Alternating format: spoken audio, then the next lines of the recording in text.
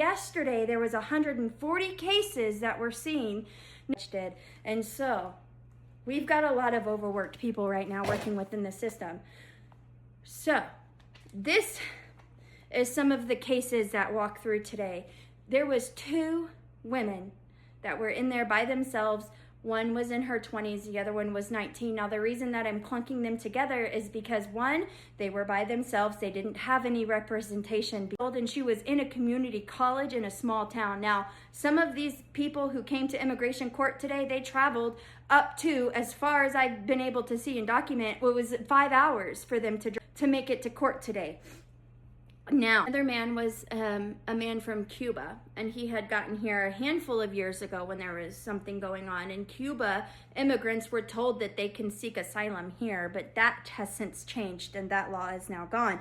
And so they gave him 30 days to prove his asylum seeking that he did back when it was legal for him to be here, if it is worth it now. The family that came here from Venezuela just went through an earthquake, and Venezuela is not in a good state, so people are coming here seeking asylum, leaving very hostile territories.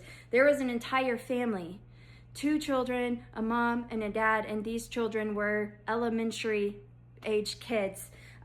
They only had 30 days to come up with thousands of dollars, and then they would be voluntarily deported back, and they chose to be voluntarily deported back in 30 days because they don't have the $12,000 it's going to cost them to fill out the forms that's required. And so we have another person who came here in 1984. Now, he came here from Mexico, and he was here legally. Now, in 2011, he was convicted of a small minor crime. And because of that crime in 2011, when he's been here since 1984, he is now at risk to be deported back because we don't handle criminals.